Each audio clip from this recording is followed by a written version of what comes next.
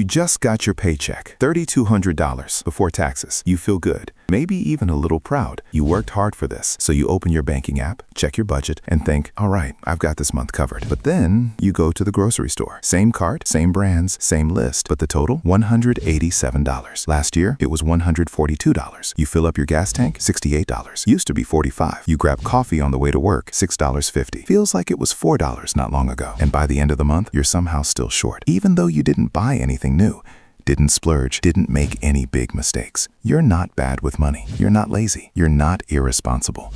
You're just being quietly robbed. And the thief, it's not your bank, it's not your boss, it's not even your spending habits.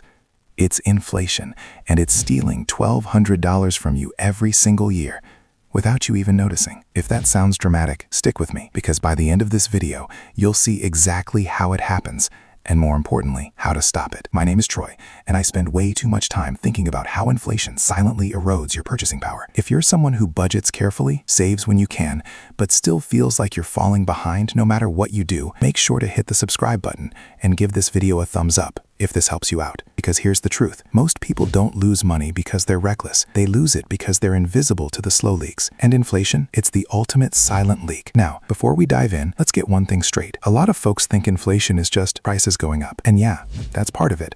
But that's like saying a shark is just a fish with teeth. It misses the real danger. Inflation isn't just about what things cost today. It's about what your money can't buy tomorrow, even if your salary stays the same. And over time, that gap becomes a canyon. So today, I'm breaking down 3 shocking ways inflation steals $1,200 from you every year, not through obvious price hikes, but through sneaky, psychological, and systemic traps most people never see coming. Let's go. Way number 1, the stealth tax on your cash savings. Look, saving money is good. I'm not here to shame you for having a savings account. But here's the thing. If your money is just sitting in a regular savings account earning 0.5% interest, you're losing money every single month. Why? Because inflation in the US has averaged about 3.2% annually over the past decade, according to the Bureau of Labor Statistics. Even in low inflation years, it rarely dips below 2%. So, let's do the math. Say you have $10,000 saved, maybe your emergency fund, maybe left over from a bonus. You're proud of it. You did the right thing. But your bank pays you 0.5% APY. That's $50 a year in interest. Meanwhile, inflation eats away 3.2% of that $10,000, which is $320. So net loss, $270 per year. Now scale that up. The average American household has about $4,500 in liquid savings, Federal Reserve 2023. At 3.2% inflation versus 0.5% interest, that's a $121 annual loss just from holding cash. But wait, it gets worse, because most people don't just have $4,500. They have checking accounts, savings, PayPal balances, Venmo, cash and wallets, all of it exposed to inflation. Add it all up, for a typical earner, that's easily $1,200 plus in lost purchasing power per year, just from keeping money safe in non-invested forms. But Troy, you might say, I need that money accessible. What am I supposed to do? Put my emergency fund in stocks? No, absolutely not. But here's what most people don't realize. You don't have to risk your emergency fund to protect it from inflation. High-yield savings accounts, HYSA, now pay 4 to 5% APY, more than inflation. Money market funds, similar returns. FDIC insured, same liquidity. So step 1, move your idle cash into a high-yield account. That alone could save you $200 to $400 a year in stealth losses. This isn't investing, it's defensive finance, and it's the first line of defense against inflation theft. Way number 2, the lifestyle creep trap disguised as normal life. Now, you might be thinking, okay, I'll fix my savings, but I'm not overspending. My lifestyle hasn't changed. Here's where it gets really interesting. Because inflation doesn't just raise prices, it rewires your expectations. Let me explain. 10 years ago, a decent smartphone cost $200. Now, $1,000. Streaming used to be $8 a month for one service. Now it's $15 to $20 for 3 just to watch what you used to get on cable. And because these increases happen gradually, your brain adjusts. You don't see it as spending more. You see it as, this is just what things cost now. That's called hedonic adaptation. Your baseline for normal keeps rising. And that's how inflation hijacks your budget without triggering your alarm bells. But here's the kicker. Your income hasn't kept up. According to the Economic Policy Institute, Real wages, after inflation, for most U.S. workers have barely grown since 2000, despite productivity soaring. So while your phone bill, insurance premiums, and grocery tabs creep up 3 to 5% a year, your paycheck stays flat. Result, you're forced to spend a larger percentage of your income just to maintain the same standard of living. Let's say you earn $60,000 a year. 5 years ago, your essential expenses, rent, food, utilities, transport, took 60% of your income, $36,000. Today, those same essentials cost $42,000, 70% of your income, thanks to cumulative inflation. That's $6,000 less per year for saving, investing, or breathing room. Spread across monthly decisions, it feels invisible. But annually, that's $600 to $1,200 plus in lost financial flexibility, stolen not by greed, but by normalization. But I can't just stop using a phone or cancel Netflix. Of course not.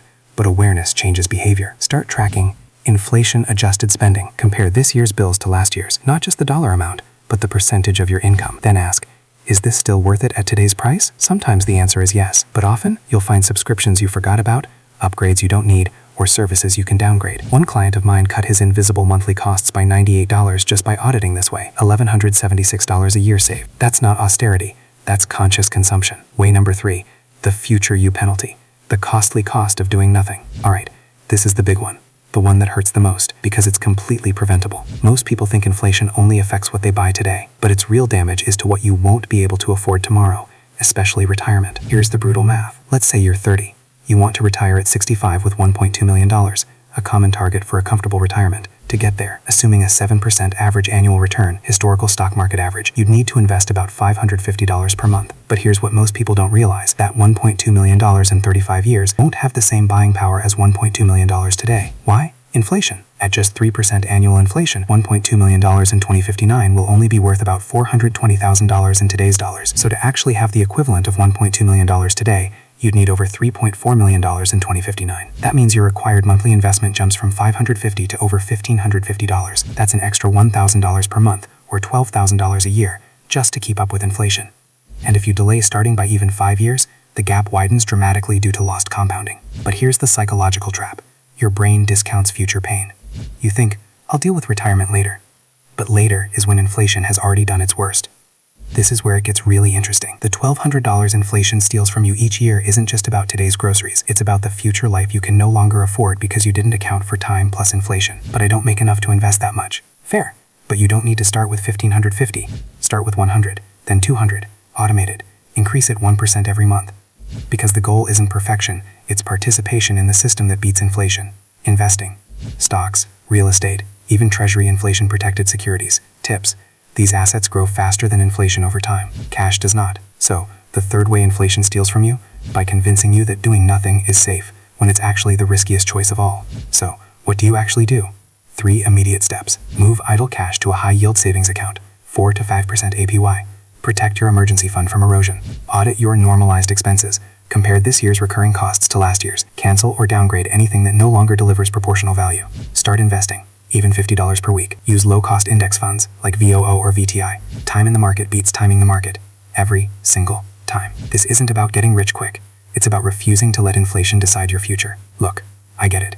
Money feels complicated. The system feels rigged. And sometimes it's exhausting just to keep up. But here's the truth. You don't need to outsmart the economy. You just need to stop letting it steal from you in plain sight. That $1,200, it's not gone forever. It's waiting for you. In smarter accounts, conscious choices, and consistent action. And the best part? You don't need permission to start.